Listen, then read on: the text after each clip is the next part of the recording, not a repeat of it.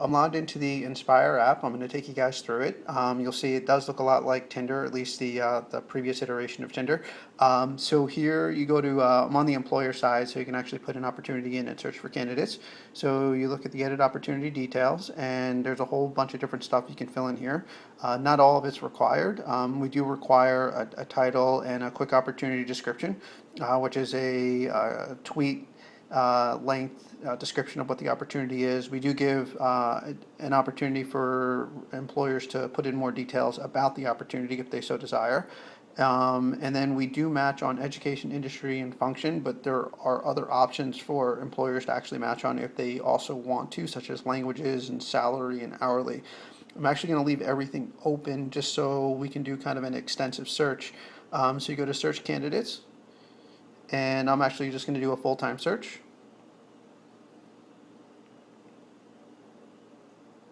And so here what we did here is these are the listings. So this is the first level of detail. If you want more detail, you can actually press on the I, which I will do so in a little bit. But what we did is we actually designed the listings according to the 6-second rule, which was a study put out that recruiters actually look at a resume for 6 seconds before they decide what to do with it.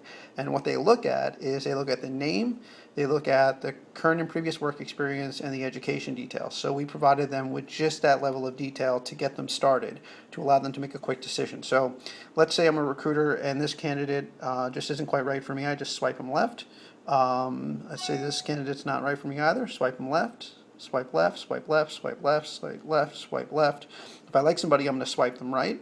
I'm not going to do that because these are real candidates and I don't want to send them a notification that that we did swipe them right. But let's say you do want more detail about the candidate. You just simply press I and you get the complete profile.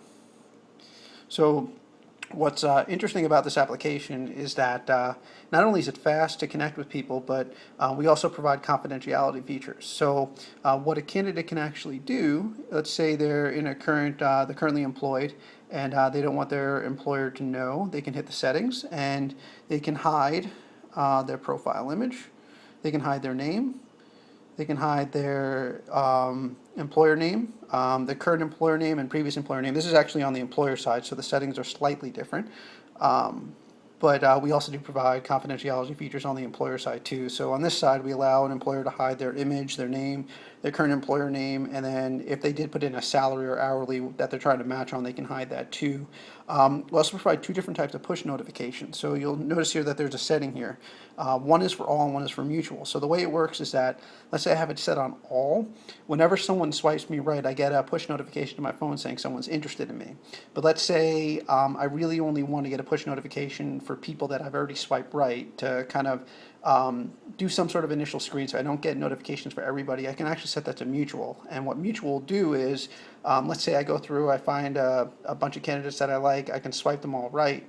And then if they swipe me right too, I get a push notification. If I have it set to all, I will get a push notification every time someone swipes me right. But if I have it set to mutual, it requires me to have swiped them right already to get that push notification.